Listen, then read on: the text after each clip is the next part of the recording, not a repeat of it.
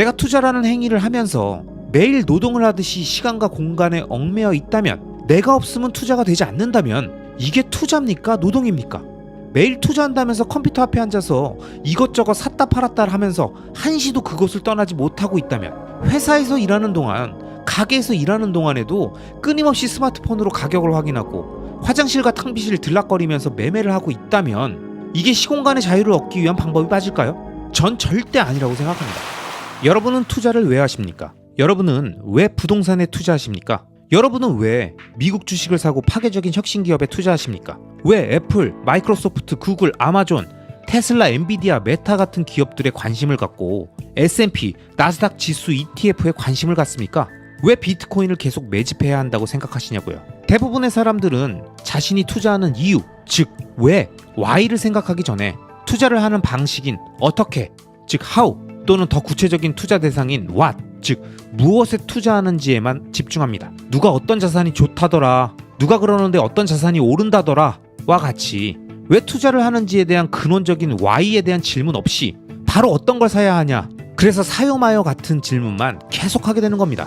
그리고 그렇게 what에 집중한 투자는 그 다음 그 자산을 어떻게 배수해야 하는지, 매매 전략이나 투자 기간, 목표 가격 같은 방법, 즉 how로 올라가면서 자신의 투자 원칙이 정립됐다고 생각하죠.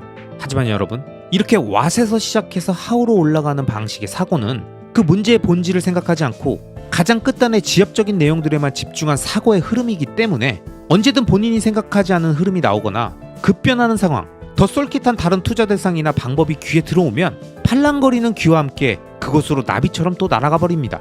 그럼 우리는 어떻게 투자를 시작해야 할까요? 제가 늘 말씀드리지만 투자에는 다양한 how와 what이 존재합니다. 그리고 이런 how와 what에는 정답이 없습니다. 왜냐면 난 왜 투자를 했는가? 난 왜 투자를 해야 하는가? 즉 이 why에 대한 질문에 어떤 답을 하느냐에 따라 그 다음에 이어지는 how와 what이 결정되기 때문입니다. 이 내용을 가장 잘 보여주는 표가 바로 테드톡 강의 동영상 역사상 역대 두 번째로 많이 재생된 레전드 영상을 2009년에 남기며 등장해서 세계적인 베스트셀러인 스타트 위드 Why를 저술한 사이먼 시넥의 골든서클 이론입니다.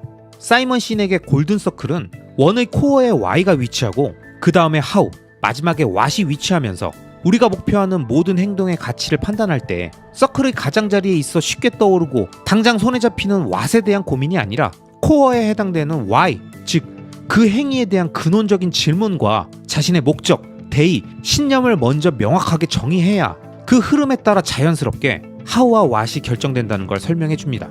그렇기 때문에 우리가 올바른 투자를 진행하려면 차분히 why, how, what의 질문들을 순차적으로 던지면서 스스로의 생각을 정리해야 합니다. 자, 그럼 첫 번째 질문을 던집니다. 나는 왜 투자를 하는가? 이 근원적인 질문에 대한 답은 모두가 다 비슷한 듯 조금씩 다 다르겠지만 저는 여러 영상을 통해 이에 대한 제 생각을 여러분들께 말씀드렸습니다. 경제적 자립을 통해 시공간의 자유를 얻는다. 바로 이 문장이 제가 생각하는 투자를 하는 이유입니다.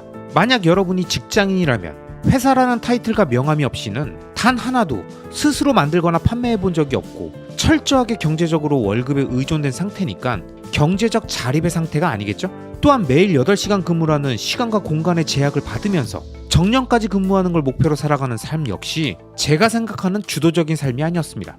매년 인사고가라는 회사의 제도에 맞춰서 타인의 손끝에 자신의 운명을 올려놓아야 하고, 그것보다 훨씬 큰 문제인 매년 화폐 가치가 실질 인플레이션 기준으로 8%씩 상승하고 있는 살인적인 현 상황을 우리들 대부분의 연봉 인상률은 절대 맞춰줄 수가 없다는 겁니다. 자, 이제 우리가 투자를 해야 하는 이유는 명확해졌습니다. 만약 우리가 경제적 자립과 시공간의 자유를 얻고자 한다면 현재 열심히 일해서 벌고 있는 노동소득과 자신의 남은 시간과 에너지를 매년 8% 이상 오르면서 가치를 방어해 줄 수 있는 자산이나 사업체 구축 또는 자신의 가치를 올리는 새로운 도전에 투입해야 한다는 겁니다. 그리고 이 모든 것들을 투자라는 사전적 의미인 이익을 얻기 위해 어떤 일이나 사업에 자본을 대거나 시간이나 정성을 쏟음이라는 표현처럼 자신이 생각하는 장기적 우상향 구조의 자산과 행위에 자신의 소중한 자본과 시간 그리고 에너지를 쏟아붓는 모든 걸 저는 투자라고 부릅니다. 하지만 이번 영상에서는 좀 더 범위를 좁혀서 자산 투자에 대한 부분만 계속 설명해 보겠습니다. 자, 여러분, 그럼 우린 왜 투자를 하고 있는지에 대해서 질문하고 경제적 자립을 통해 시공간의 자유를 얻는다라는 대답까지 하고 이 목표를 위해 자산에 투자한다라는 내용까지 정리했습니다. 그럼 자연스럽게 다음 질문이 나올 겁니다. 어떻게 투자를 해야 할까? 전 이에 대한 해답 역시 시공간의 자유라는 문장에서 찾을 수 있다고 생각합니다. 우리가 어떻게 투자를 할까를 고민할 때 가장 중요하게 생각해야 할 추가적인 질문은 이 투자가 나에게 시간의 자유를 주는가? 이 투자가 나에게 공간의 자유를 주는가? 바로 이겁니다. 내가 투자라는 행위를 하면서 매일 노동을 하듯이 시간과 공간에 얽매여 있다면, 내가 없으면 투자가 되지 않는다면 이게 투자입니까? 노동입니까? 매일 투자한다면서 컴퓨터 앞에 앉아서 이것저것 샀다 팔았다 하면서 한시도 그곳을 떠나지 못하고 있다면, 회사에서 일하는 동안, 가게에서 일하는 동안에도 끊임없이 스마트폰으로 가격을 확인하고 화장실과 탕비실을 들락거리면서 매매를 하고 있다면 이게 시공간의 자유를 얻기 위한 방법이 맞을까요? 전 절대 아니라고 생각합니다. 적어도 제가 말씀드린 투자를 하는 이유인 시공간의 자유를 얻겠다는 개념하고는 안 맞는 거예요. 이 개념에 맞는 투자의 방법은 내가 투자의 결정을 내린 이후엔 그 투자를 이어가기 위해 끊임없이 자신의 시간을 들여서 순간순간 판단하는 일이 없는 투자. 내가 특정 장소에 계속 있지 않아도 되고, 그래서 어느 공간에서나 생각하고 판단해서 결정해도 전혀 문제없는 투자를 하는 겁니다. 대한민국 사람이라서 국내 주식에 투자하고, 그러면서 국장은 횡보하는 박스피라 살아남기 위해선 샀다 팔았다 해야 되고, 익절은 언제나 옳다는 말만 하고 있다면 저는 묻고 싶습니다. 그냥 세계 최고의 기업이 있는 주식시장인 미국장에서 전세계 1위 기업이나 폭발적으로 성장하는 기업에 장기 투자하면 안 됩니까?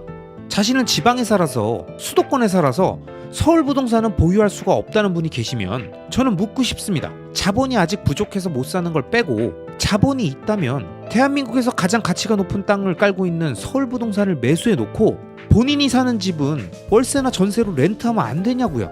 꼭 화폐는 원화로 표시된 자산만 있어야 하고 리스크 분산한다면서 달러 조금 들고 있는 게 아니라 전 세계 어느 곳으로 언제든 이동시킬 수 있는 진정한 시공간의 자유를 갖고 있는 건전화폐인 비트코인을 함께 보유하고 있으면 안 되냐고요. 이렇게 우리는 왜 투자를 하는가에 대한 질문의 답인 경제적 자립을 통해 시공간의 자유를 얻는다라는 투자의 이유를 정확히 도출하고 나니까 자연스럽게 어떻게 투자를 해야 하는지에 대한 접근법이 정리되지 않습니까? 그리고 저는 어떻게 투자를 해야 하는가에 대한 이 질문에 리스크를 시간에 녹여 수익으로 치환한다라는 저만의 철학을 한 문장으로 정립하고 투자에서 가장 중요한 시간의 개념을 복리라는 개념, 시간선호라는 개념으로 확장해서 자연스럽게 장기 투자의 길로 들어서게 되었습니다. 하지만 아직도 수많은 사람들이 리스크를 시간이 아닌 매매의 타이밍으로 덜어내는 트레이더의 마인드로 행동하면서 본인은 투자를 하고 있다고 생각하는 오류를 보이고 있지만, 지금 이 순간에도 왜 투자를 해야 하는지와 어떻게 투자를 해야 하는지를 스스로 정리한 사람들은 자연스럽게 자신에게 맞는 투자의 방식을 선택하고 흔들림 없이 그 길을 가고 계실 겁니다. 그리고 그 중에는 저와 같은 답을 도출하고 장기 투자자의 길로 들어서서 리스크를 시간에 녹이는 방법을 계속 익히고 체화하기 위해서 끊임없이 마인드셋을 하고 시간 선호를 낮게 유지하기 위해 자신의 능력을 키우고 발전시키면서 월 현금 흐름 창출 능력을 높이기 위해서 노력하고 계시는 수많은 분들이 이 채널에 모여서 함께 이 영상을 봐주고 계십니다. 대한민국이라는 장기 투자의 불모지에서 장기 투자는 투자의 고전이나 나오는 재미없고 지루한 옛날 투자라는 생각에 쩔어있는 사람들이 아직도 넘쳐나는 이곳에서 시공간의 자유를 얻기 위해 가장 적합한 방식이 리스크를 시간에 녹여 수익으로 치환하는 장기 투자라는 걸 이해하신 현명한 분들이 집단으로 모여서 함께 영상을 보고 댓글로 소통하고 있다는 게 정말 놀라울 따름입니다. 그리고 다시 한번 이곳에 모여 계신 구독자님들께 진심으로 감사드립니다. All the great and inspiring leaders and organizations in the world, whether it's Apple or Martin Luther King or the Wright brothers, they all think, act, and communicate the exact same way. 세상의 모든 위대하고 영감을 주는 지도자나 그룹은 그게 애플이건 마틴 루터 킹이건 라이트 형제건 모두가 동일한 방식으로 생각하고 행동하고 소통합니다. 이들은 다른 사람들과는 완전히 반대의 방식으로 하죠. 제가 한 일이라곤 그걸 체계화했을 뿐이고, 이건 아마 세상에서 가장 간단하고 단순한 아이디어일 겁니다. 사람들은 자신이 하는 모든 행동이 이성적인 판단에 근거한 것이고 자신이 하는 일이 무엇인지 정확히 알고 있다고 생각합니다. 그런데 여러분, 만약 누군가 여러분에게 당신은 왜 투자를 합니까? 이런 질문을 던졌다면 여러분은 뭐라고 답하십니까? 뭘 투자하냐, 어떻게 투자하냐가 아니라 왜 투자를 하냐는 질문입니다. 참고로 난 비트코인에 투자한다, 난 테슬라에 투자한다, 난 부동산에 투자한다, 이런 건 무엇에 투자하냐에 대한 답이고요. 장기 투자한다, 이건 어떻게 투자하냐에 대한 답이겠죠? 이런 게 아니라 근원적으로 더 깊게 들어가서 왜 투자를 하냐고 묻는다면, 왜 그 일을 하냐, 왜 그 사업을 하냐로 묻는다면 여러분은 자신의 행동에 대한 아주 근원적인 부분부터 생각하며 답을 하게 될 겁니다. 이건 제가 예전에 제작했던 사이먼 시넥의 골든서클 이론을 활용한 내용이었습니다. 그리고 오늘 영상은 사이먼 시넥의 골든서클 이론을 좀 더 자세히 설명드리면서 이 근원적인 질문이 우리의 인생과 투자, 비즈니스 전반에 얼마나 중요한 의미를 갖는지를 설명드리기 위해서 그가 테드에서 2009년에 강의했던 오래된 이 레전드 영상의 내용을 아직 못 보셨을 구독자님들을 위해서 더빙 편집 영상으로 제작했습니다. 아무래도 오래전 영상이라서 나오는 사례들이 약간 시대적으로 맞지 않는 부분들이 있어서 제가 적절하게 다른 예시로 살짝 변경해서 좀 더 이질감 없이 보시고 몰입할 수 있게 만들었으니까요. 아마 이 영상을 보시고 나면 제가 설명드렸던 이전 투자 플랜 5부작 시리즈의 내용들이 좀 더 잘 이해가 되실 겁니다. 그럼 전략 커뮤니케이션 전문가로 유명한 사이먼 시넥의 테드 동영상 내용을 함께 보시죠. 우리는 우리가 하는 일을 왜 하는지 알고 있다고 생각합니다. 하지만 세상이 우리가 예상한 대로 진행되지 않을 때 뭐라고 설명할 수 있을까요? 또는 다른 사람들이 예상 밖의 것들을 해낸다면 그땐 뭐라고 설명할 수 있을까요? 예를 들면 애플은 뭐가 그렇게 혁신적이죠? 시간이 지나면 지날수록 애플은 다른 모든 경쟁자들보다 훨씬 혁신적이잖아요. 그래도 애플은 그저 하나의 테크 기업일 뿐입니다. 다른 모든 회사들도 똑같은 조건이에요. 재능 있는 사람들을 영입할 수 있는 기회도 똑같고 활용할 수 있는 에이전트나 컨설턴트, 언론도 다 똑같은데 뭔가 다른 것처럼 보이는 이유가 무엇일까요? 그럼 또 다른 예로 마틴 루터 킹이 시민운동을 이끌게 된 이유는 뭐죠? 마틴 루터 킹이 흑인보호법 이전의 시대를 겪은 유일한 사람도 아니잖아요. 그 당시에 위대한 웅변가로 유일했던 사람도 아니었습니다. 그런데 왜 그였을까요? 자, 그럼 라이트 형제가 조종 가능한 동력 비행기를 처음으로 만들 수 있었던 이유는 뭘까요? 그 당시에 다른 많은 경쟁팀들은 더 능력 있고 자금력도 있었는데 이 사람들을 제치고 이들이 해내지 못했던 걸 어떻게 라이트 형제는 만들어낼 수 있었을까요? 여러분, 여기엔 다른 뭔가가 있습니다. 저는 이걸 찾아냈습니다. 그리고 이 발견을 통해 세상이 어떻게 작동하는가에 대한 저의 관점이 완전히 바뀌게 되었습니다. 이게 제가 세상을 살아가는 방식에도 엄청난 변화를 가지고 왔죠. 그런데 알고 보니 그 안에는 한 가지 패턴이 있었습니다. 자, 세상의 모든 위대하고 영감을 주는 지도자나 그룹은 그게 애플이건 마틴 루터 킹이건 라이트 형제건 모두가 동일한 방식으로 생각하고 행동하고 소통합니다. 이들은 다른 사람들과는 완전히 반대의 방식으로 하죠.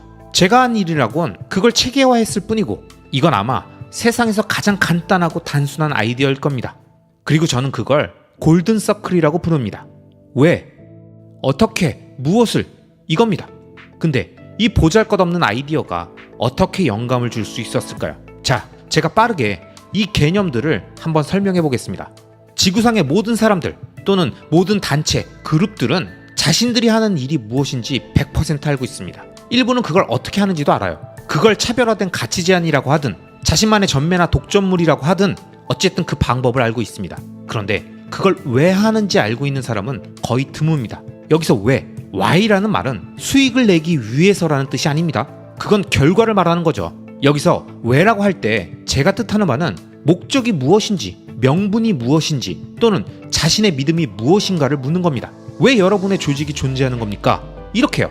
그런데 대부분의 사람들이 생각하거나 소통하는 방식, 소통하는 방법은 골든서클 밖에서 안으로 향하고 있습니다. 사실 이건 당연한 겁니다. 우리의 사고 흐름은 확실한 것에서 불분명한 쪽으로 움직이니까요. 하지만 통찰력 있는 지도자들이나 그룹은 크기나 분야와 관계없이 모두가 서클의 안에서 바깥쪽으로 생각하고 행동하고 소통합니다. 자, 예를 들어 설명해 보겠습니다. 저는 애플 제품을 씁니다. 왜냐? 제품들이 이해하기가 쉬워요. 다른 사람들도 그렇겠죠. 만약 애플이 다른 기업과 똑같았다면 애플의 마케팅 메시지는 이런 식이었을 겁니다. 우리는 대단한 스마트폰을 만듭니다. 제품은 아름답고 사용하기 편하죠. 구입하시겠습니까? 이게 뭐야? 뭔가 이상하잖아요. 애플스럽지 않잖아요. 근데 이게 우리가 알고 있는 대부분의 소통 방식입니다. 그렇게 대부분의 마케팅이 이루어지고 대부분의 판매도 이런 식이에요. 그리고 우리들의 대부분도 사람들끼리 이렇게 소통합니다. 우리가 무엇을 하는지 말하고 우리 자신이 어떻게 다른지, 어떻게 우수한지 말한 다음에 구매나 투표, 뭐 이런 리액션들을 기대하는 패턴인 거죠. 여기 새로운 로펌이 있습니다. 저희는 최고의 변호사와 수많은 의뢰인이 있죠. 의뢰인들을 위해 언제나 최고의 서비스를 제공하겠습니다. 여기 새로운 자동차가 있습니다. 연비가 최고죠. 좌석 시트는 가죽이고요. 저희 차를 사주세요. 이런 말들에는 영감이 없습니다. 감성이 없어요. 하지만 애플은 이렇게 소통합니다. 우리가 하는 모든 건 기존의 틀에 도전하는 겁니다. 우리는 다르게 생각해야 한다고 믿습니다. 기존의 것에 도전하는 방법은 제품을 아름답게 디자인하고 사용하기 쉽게 사용자들에게 친숙하게 만드는 것입니다. 그리고 저희가 대단한 제품을 하나 만들었습니다. 한번 사보시겠습니까? 완전히 다른 접근 방법이죠. 하나 사고 싶어지지 않습니까? 근데 제가 한 거라곤 정보의 순서를 뒤바꾼 것 뿐입니다. 자, 보세요. 사람들은 당신이 한 일을 구매하는 게 아니라 당신이 왜 그런 걸 했는지 그 이유를 구매하는 겁니다. 사람들은 그들이 한 일을 구매하는 게 아니라 그들이 왜 그런 걸 했는지 그 이유를 구매하는 거라고요. 이것이 바로 여기에 계신 모든 분들이 애플의 스마트폰을 구입하는 게 마음 편한 이유인 거죠. 그뿐입니까? 우리는 애플의 에어팟을 사는 것도 아주 편하고요. 애플의 노트북이나 와치를 사는 것도 마찬가지입니다. 하지만 제가 앞에서 말씀드린 것처럼 애플은 그저 테크 회사일 뿐이에요. 다른 경쟁사들에 비해서 구조적으로 다른 건 아무것도 없습니다. 결국 사람들은 누군가가 만든 것을 사는 게 아니라 그 이유를 사는 겁니다. 여러분, 목표는 우리가 가진 것을 사려고 하는 사람들을 대상으로 비즈니스를 하는 게 아닙니다. 목표는 우리가 믿는 것을 믿는 사람들과 비즈니스를 하는 거예요. 여기 가장 좋은 예가 있습니다. 참고로 제가 말씀드리는 어떤 것도 제 의견이 아닙니다. 이건 모두 생물학적 기본 정신에 근거를 둔 거예요. 심리학이 아니라 생물학이요. 자, 인간의 두뇌의 단면을 보면 위로부터 아래 방향으로 볼 때 인간의 두뇌는 사실 세 개의 중요 부위로 이루어져 있습니다. 이게 골든 서클과 완벽한 연관성을 갖고 있어요. 우리의 뇌에는 심피질이라는 게 있습니다. 그게 여기 있는 와세 레벨이에요. 이 심피질은 우리의 모든 이성적이고 분석적인 사고와 언어를 담당합니다. 그리고 중간의 두 섹션은 변연피질로 이루어져 있습니다. 이 부위는 우리의 감정을 담당합니다. 믿음이나 충성심 이런 것들이죠. 이 변연피질은 인간의 모든 행동과 결정을 담당하지만 언어와는 무관합니다. 그러니까 골든서클상 우리가 바깥에서 안쪽으로 소통하게 될 때는 사람들이 수많은 양의 복잡한 정보를 이해해야 되는 거예요. 특색이나 이점, 사실이나 모양 같은 것들이요. 하지만 그게 행동으로 이어지지는 않습니다. 반대로 우리가 안에서 바깥으로 소통하게 된다면 우리의 행동을 제어하는 뇌의 일부에 직접적으로 말하는 게 되는 겁니다.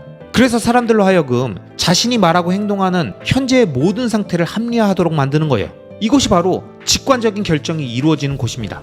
아시다시피 사람들은 종종 다른 이들에게 모든 사실과 정보를 주지만 그들은 이렇게 말합니다.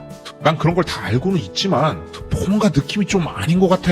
그런데 사람들은 왜 그런 걸 느낌이라고 말할까요? 왜냐면 결정을 관장하는 뇌의 부위가 언어를 관장하지 않기 때문입니다. 그러니까 우리가 기껏 할 수 있는 최선은 모르겠어, 뭔가 느낌이 아닌 것 같아 인 거예요. 이렇게 마음이나 생각을 따르기도 한다는 겁니다. 이런 모든 게 여기 언어가 아닌 의사결정을 관장하는 뇌의 한 부분인 사람들의 대뇌 변연계에서 일어납니다. 자, 그럼 생각해보세요. 만약 여러분이 하는 일을 스스로 왜 하는지 모르는데 어떻게 다른 사람들을 자기 편이 되게 할 수 있겠습니까? 어떻게 여러분의 물건을 팔 수 있겠어요? 그리고 더 나아가서 사람들이 여러분이 하는 일에 같이 참여하고 동조해 주겠습니까? 다시 말씀드리지만 목표는 그저 여러분이 가진 것을 다른 사람에게 팔아치우는 것이 아니라 여러분이 믿고 있는 바를 함께 믿고 있는 다른 사람에게 파는 겁니다. 목표는 그저 직장이 필요한 사람을 고용하는 게 아니라 여러분이 믿고 있는 바를 믿는 사람을 고용하는 거예요. 제가 항상 말하는 것인데요. 그저 일할 수 있는 사람이라고 해서 고용하면 그 사람은 돈을 위해서 일합니다. 하지만 여러분이 믿고 있는 바를 믿는 사람을 고용하면 그들은 피땀 눈물로 혼신을 다해서 일할 겁니다. 여러분, 더빙 영상 잘 보셨죠? 이 영상에서 사이먼 시넥은 현존하는 위대한 기업 중 하나인 애플의 사례를 통해서 애플이 자신의 철학을 어떻게 소비자들에게 전달하며 다른 기업들과 비교할 수 없는 브랜드 가치를 갖게 되었는지를 우리 인간의 뇌구조와 연관해서 설명하면서 골든서클의 구조처럼 원의 코어에 있는 Y에 대한 질문부터 시작해서 소비자들의 감성과 믿음을 얻고 이를 바탕으로 자신들의 제품을 판매하는 전략을 썼다고 말합니다. 즉, 서클의 안에서 밖으로 사고하며 가치를 창조하고 전파하는 방식의 위대함을 잘 설명해주고 있는 거죠. 이 내용이 매우 중요한 이유는 이러한 방식이 단순한 마케팅 수단이나 전략이 아니라 인간의 사고과정과 행동에 엄청난 영향을 끼치는 마인드셋의 핵심이기 때문입니다. 제가 영상 초반에 말씀드렸듯이 우리 같은 장기 투자자들 역시 자신이 왜 장기 투자를 하는지, 왜 그 자산에 투자하는지 정확한 이유와 방향성을 세팅하기 위해선 서클의 바깥쪽에 있는 무엇에 대한 관심만 갖고 어떤 자산에 투자할까만 계속 찾아서 돌아다녀 봤자 절대 장기 투자로 이어지는 위대한 결과를 만들 수 없다고 저는 자신 있게 말씀드립니다. 결국 장기 투자의 핵심은 무엇에 투자하는지가 아니라 그 무엇을 어떻게 찾고 왜 찾게 되었는지, 왜 그 자산과 행위에 집중하게 되었는지를 스스로 확실하게 정립할 수 있어야만 투자의 계절이 뜨거운 여름으로 가도 무섭게 식어버리는 겨울로 가도 계속 그 방향성을 오랫동안 유지할 수 있기 때문입니다. 이건 뇌 구조상 바깥쪽에 해당되는 신피지를 통해 아무리 이성적이고 합리적인 판단을 해봤자 공포와 탐욕이라는 감정의 소용돌이가 불어오게 되면 어느 순간 모든 이성이 마비되며 말도 안 되는 행동을 해버리는 게 우리 인간의 생물학적, 심리적 구조기 때문에 뇌의 안쪽에 해당되는 변연피지를 담당하는 인간의 감정을 완벽히 컨트롤할 수 있게 마인드셋을 완성시켜 놔야 흔들림 없이 자신의 장기 투자 대장정을 끝까지 완수할 수 있기 때문입니다. 이 세상에 존재했던 위대한 인물과 기업, 단체, 그룹들의 성공은 단순히 그들이 남보다 더 뛰어나고 잘나서가 아닙니다. 그들이 남보다 돈이 더 많고 인맥이 좋고 좋은 환경에서 태어나서가 아니에요.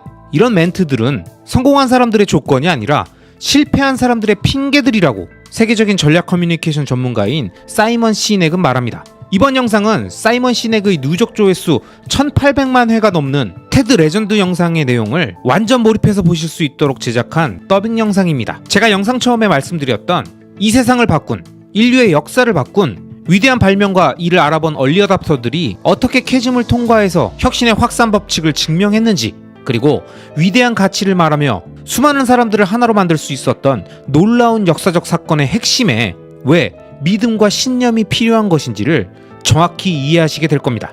그럼 관련 영상을 지금 바로 보시죠. 자, 그럼 생각해보세요. 만약 여러분이 하는 일을 스스로 왜 하는지 모르는데 어떻게 다른 사람들을 자기 편이 되게 할 수 있겠습니까? 어떻게 여러분의 물건을 팔 수 있겠어요? 그리고 더 나아가서 사람들이 여러분이 하는 일에 같이 참여하고 동조해 주겠습니까? 다시 말씀드리지만 목표는 그저 여러분이 가진 것을 다른 사람에게 팔아치우는 것이 아니라 여러분이 믿고 있는 바를 함께 믿고 있는 다른 사람에게 파는 겁니다. 목표는 그저 직장이 필요한 사람을 고용하는 게 아니라 여러분이 믿고 있는 바를 믿는 사람을 고용하는 거예요. 제가 항상 말하는 것인데요. 그저 일할 수 있는 사람이라고 해서 고용하면 그 사람은 돈을 위해서 일합니다. 하지만 여러분이 믿고 있는 바를 믿는 사람을 고용하면 그들은 피땀 눈물로 혼신을 다해서 일할 겁니다. 이에 대해서는 라이트 형제의 사례보다 더 좋은 예가 없을 겁니다. 대부분의 사람들은 세뮤얼 피어폰트 랭글리를 잘 모릅니다. 20세기 초엔 동력 비행기를 만드는 게 요즘의 정보산업과 비슷했습니다. 모든 사람들이 시도했었어요. 사람들이 보기엔 세뮤얼 피어폰트 랭글리는 성공 공식을 갖고 있는 듯 했습니다. 지금도 사람들한테 당신의 제품과 회사는 왜 실패했습니까? 라고 묻는다면 항상 똑같은 세 가지 변명을 반복합니다. 자본이 부족했고, 사람을 잘못 썼고, 시장 상황이 안 좋았다라고요. 항상 이 세 가지예요. 그리고 저 때도 똑같았습니다. 그걸 좀 더 자세하게 볼게요. 일단 국방성은 세뮤얼 피어폰트 랭글리에게 동력 비행기를 만들어 보라고 5만 불을 지원해 줬습니다. 그러니까 일단 돈이 문제가 되진 않았겠죠. 그리고 그는 하버드, 스미소니언 재단에서도 일했고 인맥도 엄청났습니다. 그 시대의 모든 유명인사를 알고 있었어요. 그는 돈으로 살 수 있는 최고의 인재들을 고용했고 시장 상황도 너무 좋았죠. 뉴욕타임즈는 어디든 그를 따라다녔습니다.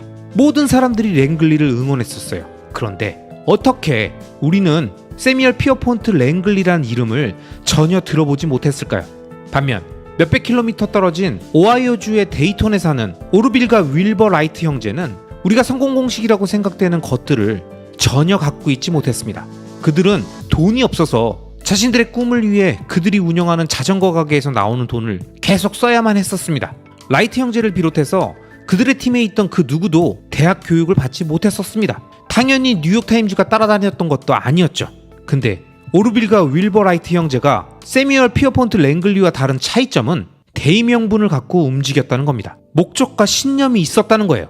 그들에게는 동력 비행기를 만들면 세상을 바꿀 것이라는 믿음이 있었던 겁니다. 하지만 세뮤얼 피어폰트 랭글리는 달랐습니다. 그는 부자가 되고 싶었고 유명해지고 싶었던 거죠. 그는 결과와 부를 추구하고 있었습니다. 그리고 결과가 어떻게 됐습니까? 무슨 일이 일어났습니까? 라이트 형제의 꿈을 믿었던 사람들은 그 형제들과 함께 혼신의 힘을 다해서 일했습니다. 다른 이들이 그저 월급만 보고 일할 때 라이트 형제의 사람들은 혼신의 힘을 다했다고요. 그들은 라이트 형제가 비행을 위해서 매번 밖에 나갈 때마다 5묶음의 부품들을 들고 나갔다고 얘기했었는데요. 그건 저녁 시간에 돌아올 때까지 5번 정도는 추락을 예상했었기 때문이라고 합니다. 그들은 그렇게 지독하게 일한 거예요. 그리고 마침내 1903년 12월 17일 라이트 형제가 하늘을 날았습니다. 현장에는 그걸 지켜보는 사람들조차 없었고 사람들은 며칠이 지나서야 그 사실을 알게 되었지만요. 그리고 랭글리가 잘못된 동기로 비행에 도전했었다는 또 다른 증거는 라이트 형제가 비행에 성공한 날 랭글리는 바로 도전을 그만두었다는 겁니다. 랭글리가 그건 대단한 발명이었습니다. 제가 그 기술을 좀 더 발전시켜 볼게요 라고 말할 수도 있었겠지만 그는 그러지 않았습니다. 그는 첫 번째도 되지 못했고 부자가 되지도 못했습니다.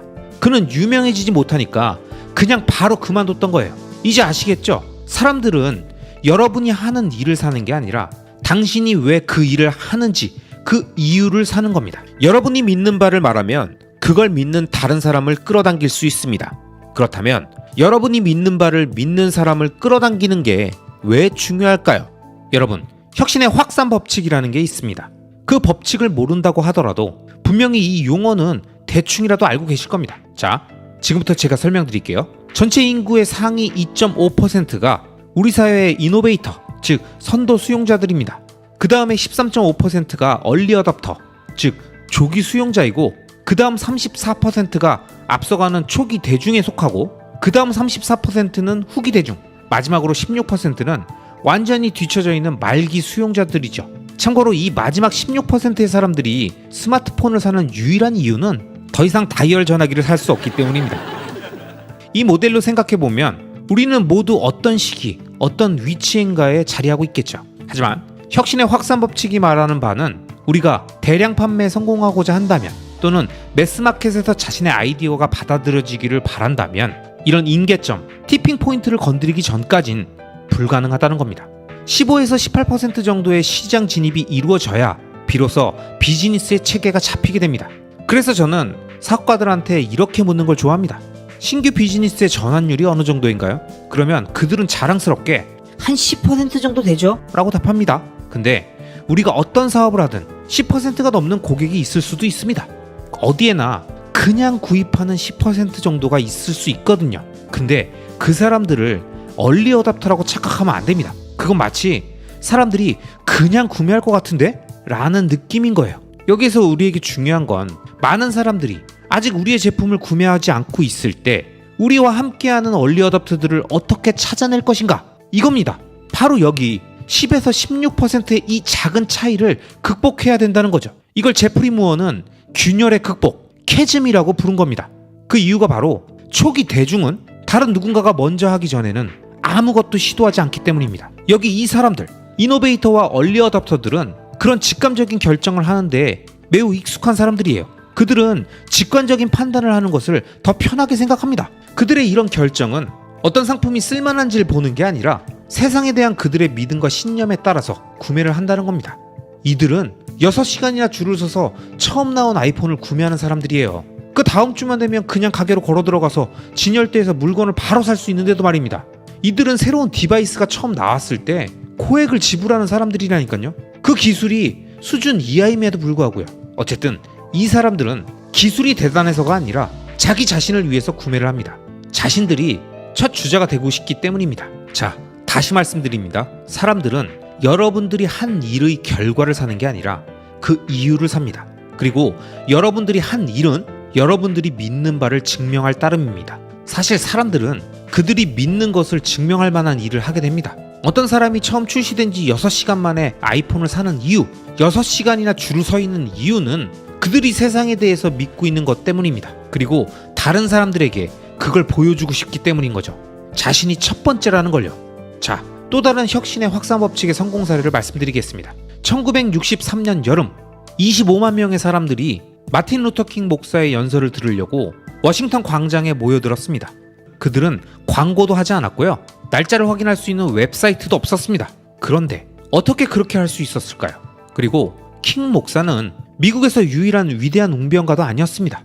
미국의 흑인 인권법 이전 시절에 살아남았던 단 한 명의 미국인이었던 것도 아닙니다. 사실 그의 일부 생각은 썩 좋지 못했어요. 하지만 그에게는 재능이 있었습니다. 그는 사람들에게 미국에서 무엇이 바뀌어야 되는지를 말하고 다니지 않았습니다. 그는 그 자신이 믿는 바를 말하고 다녔습니다. 저는 믿습니다. I believe, I believe, I believe 이렇게만 말했죠. 그의 신념을 믿는 사람들은 그의 이유를 받아들였고 결국 자신의 것으로 삼아서 사람들에게 말하고 다녔습니다. 그들 중에 일부는 심지어 더 많은 사람들을 모으기 위해서 노력했어요. 그리고 놀랍게도 25만 명의 사람들이 그의 연설을 듣기 위해서 그날 그 시간에 모였습니다. 근데 킹 목사를 위해서 나온 사람들이 몇이나 됐을까요? 제로. 전혀 없었습니다. 사람들은 모두 자기 자신을 위해서 모인 겁니다. 그들을 8시간이나 버스를 타고 거기까지 오게 한 것은, 그들을 8월의 땡볕에 워싱턴 광장에 서게 만든 것은 바로 그들이 미국에 대해서 믿고 있었던 것 때문이었습니다. 흑인 대 백인의 문제가 아니라 그들이 믿는 것 때문이었어요. 청중의 25%는 백인이었습니다. 킹 목사는 이 세상에 두 가지 법이 있다고 믿었습니다. 더 높은 권위로 만들어져 있는 법과 인간이 만든 법이 있다는 거죠. 인간이 만든 법이 더 높은 권위로 만들어져 있는 법과 일치할 때까지 우리는 정의로운 세상을 사는 게 아니라고 말한 겁니다. 흑인 인권법 운동은 그가 자신의 대의를 실현할 수 있는 완벽한 기회였습니다. 그리고 사람들은 그를 위해서가 아니라 그들 자신을 위해서 따랐던 겁니다. 그리고 그는 나에겐 꿈이 있습니다 라고 연설을 했죠. 나에겐 계획이 있습니다. 이게 아니라요.